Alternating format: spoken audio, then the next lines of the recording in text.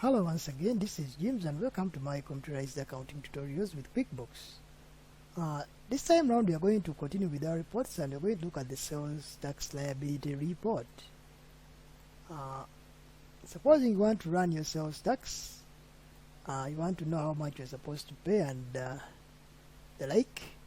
You can also do that if you set your tax preferences in your company as we saw in some earlier videos. So let us see how we can create this report for the sales tax liability. We shall still go back to our reports. Go to our reports. This time we're going to get it in vendors and payables. Remember, our vendors, our tax agency is regarded as a vendor.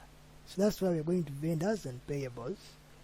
And in here we are going to go to sales tax liability. It can give us a summary or the detailed version. Let us take the detailed version. So we shall click on sales tax liability, and here we will be given our sales tax liability, but on accrual basis. By default, QuickBooks brings it on accrual basis. This is now the total tax we've collected, basing on the percentage of 18% as of 30th June 2021. We can change it to cash basis because this includes dates. We can click customize report, then we say cash, then we say okay. Notice the change in the figure.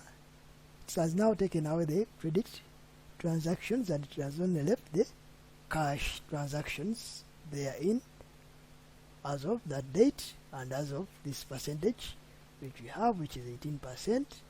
And we can do the same thing as we've been doing to other reports. We can memorize the report. We still call it Jim's sales tax liability. Save report. Let's leave it in accountant. We close. Or we can take it to Excel.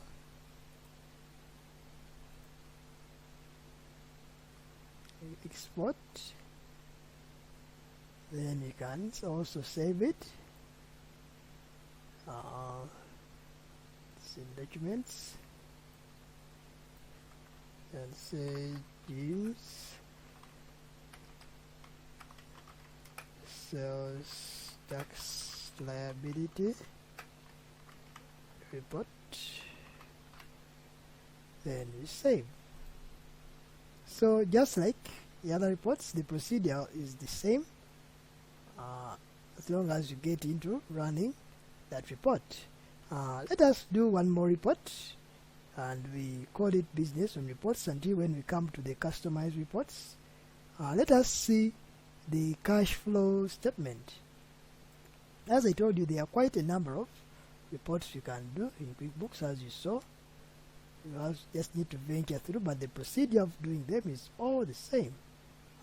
So let's go back to our reports.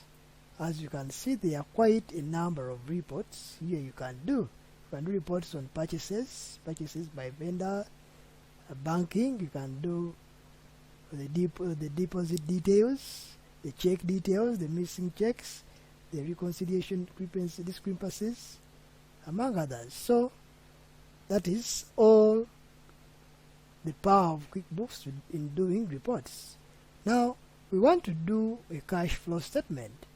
So we shall come back to our company and financials. Then we shall come to statement of cash flows. So when we click in it, it will give us how our cash has been flowing. This is our net income. The adjustments reconcile net income. We don't have any. The accounts receivable. This is what we have. The amount invested in the inventory asset is this. Accounts payable. That accounts payable in US dollar. Remember, our base currency is the Uganda shilling or UGX. The sales tax payable is this. The net cash provided for operating activities is this. Then the activities we financed are these, among others. So the cash at the end of the period is this figure around here. So basically that is how we can do a cash flow, to show you how you've been running your cash through your businesses. We shall be doing some more in-depth coverage on reports, but this was a startup on reports and how we can do it, and give you a clue on how reports are done in QuickBooks. So like any other reports too, all the activities can be done in the same way, saving them and choose where you're supposed to save and say close. Remember, to access the reports saved in QuickBooks, you go to reports, memorize reports. If you saved in accountant, you go to accountant, and you notice we've saved quite a number of reports. For example, our cash flow, and here you are with its title up there. So thanks for watching. Don't forget to like and subscribe. See you in the next video.